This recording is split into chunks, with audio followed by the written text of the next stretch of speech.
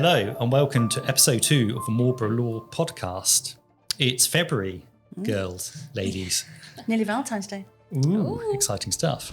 Yeah, the year's flying by. So thank you everyone out there for your responses and interesting questions and queries. Feedback has been very good so far. Thank you, much appreciated.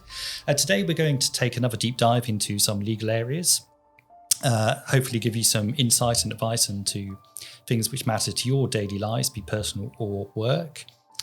No doubt you're facing business decisions, family decisions, which need a delicate touch, maybe a legal touch. So hopefully we can help you through some of those questions.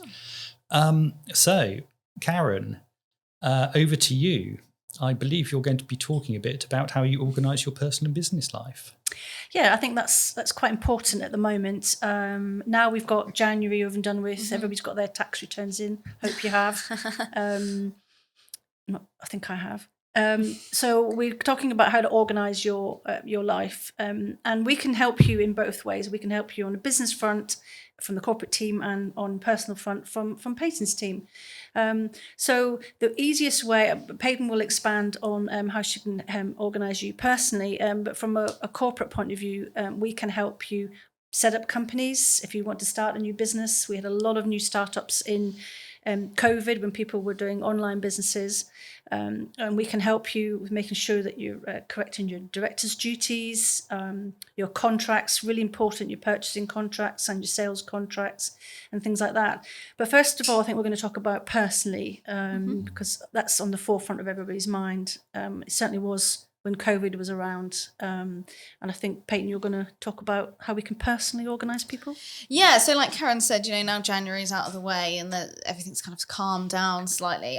Now's a good time to think about, your wills and also LPAs, lasting power of attorneys. So lasting power of attorneys, we'll deal with those first because they're what you have kind of in life. So there's two types. So you've got health and welfare and property and finances. We always recommend you do both.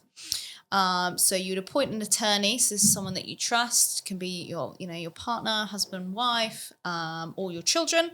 And basically what it means is that they then can make decisions on your behalf. So they can do things such as taking out your pension or buy your house, buy or sell housing on your behalf. If you need to sell your house to go into care, then they can help you with all of that. And then they can also make medical decisions on your behalf when you're no longer able to do so.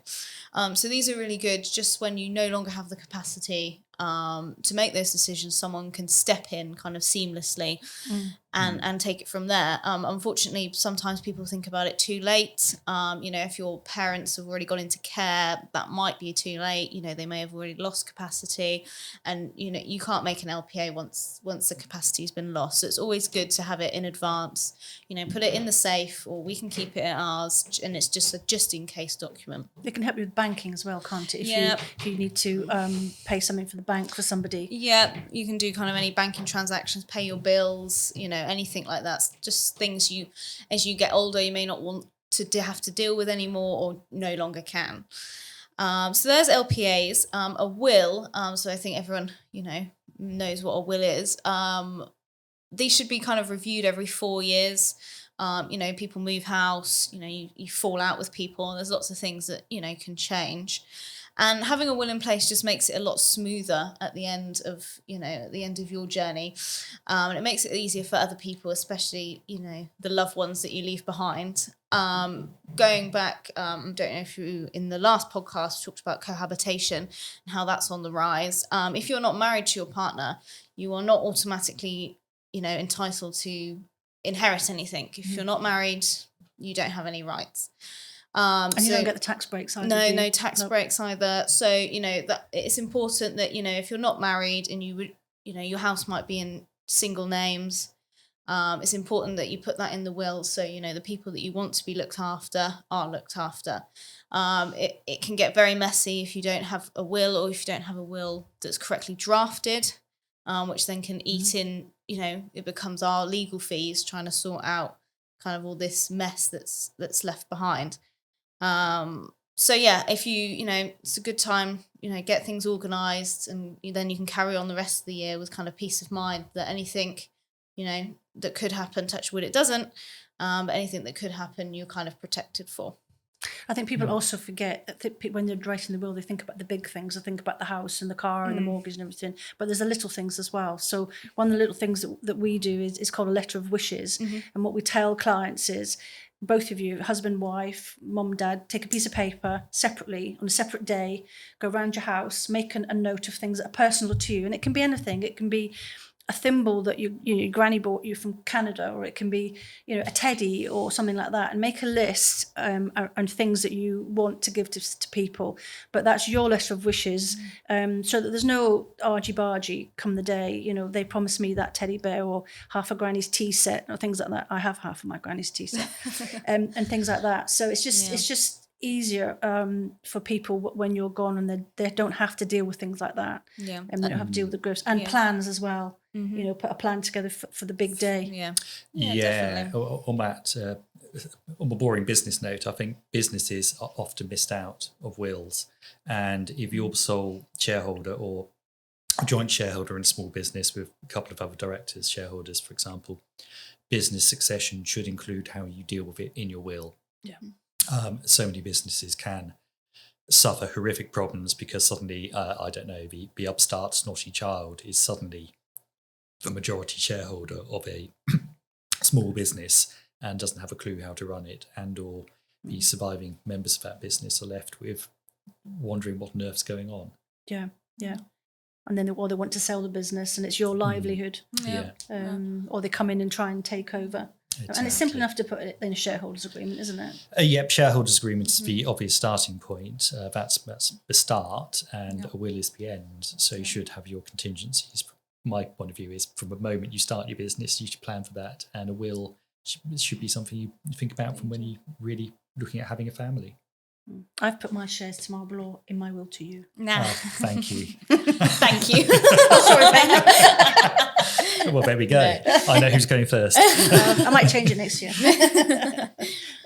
But it's quite easy to sort of organise things like that, isn't it? I think it's understanding where you are. I think it's one of those jobs that you kind of put off because you think it's going to be so difficult and complicated, and you just don't want to deal with it. But once it's done, then it's just so much easier.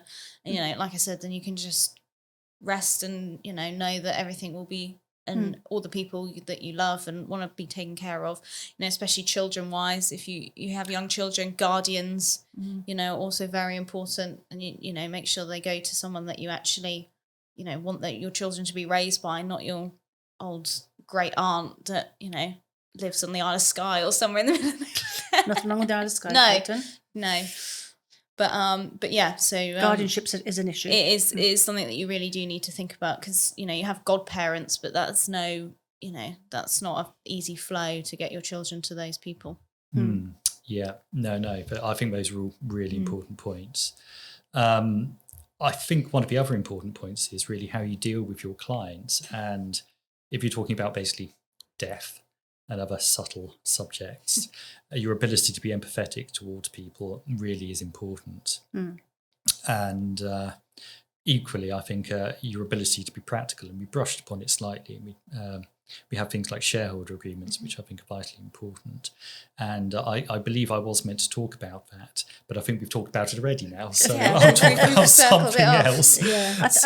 I think it is important. You can't emphasize enough these sort of things. And people, even though they think they're a small company and there's only two of you, and I'll never fall out with you, and I love your wife as much as you love her, that things change. I totally agree, and I think one of the signs of a successful business is almost plan from the very first day about your personal exit strategy. Do not leave in a mess that final 6 months before you want to retire, or for whatever reason go off and do something else. You know what you can do. Everything is clear. There is no fog of panic surrounding you and your business partners as to what's going on. In the financial LPA, there is a section, isn't there, that says what you would like and what would you like to happen. And you can actually preferences. You can put preferences in there, which can include the business, can't you? Yeah, and it's the same with kind of letter of wishes as well. You can always put your preferences in, what you would like, and almost guidance to trustees or attorneys of what you would like to happen. You know, maybe you want the business to close and, you know, assets, you know, liquidated and then distributed through your estate like that. Or you might want to keep it, you know, going. You might have a child or a niece, nephew, someone that you think would be good to carry it on. So, you know, that's always a good idea to add in as well. I know one of the financial ones we wrote a little while ago, the person didn't want son-in-law to get any money. I remember having to write that. So no, it's good stuff. I must admit there was something I wanted to talk about because I'm not excited. I think that would betray a very boring person. But there's a new digital bill going through regarding how sort of digital companies, tech companies to an extent, are going to be dealt with. And it has some sort of major sort of competition impacts for those businesses, hopefully for the UK being a competitive place for these people to come, and also for consumer law. So if you are in the digital marketplace with any of your businesses, you probably want to pay attention to this bill going through. The name of that bill I can't remember except for the word digital, which shows you my problems.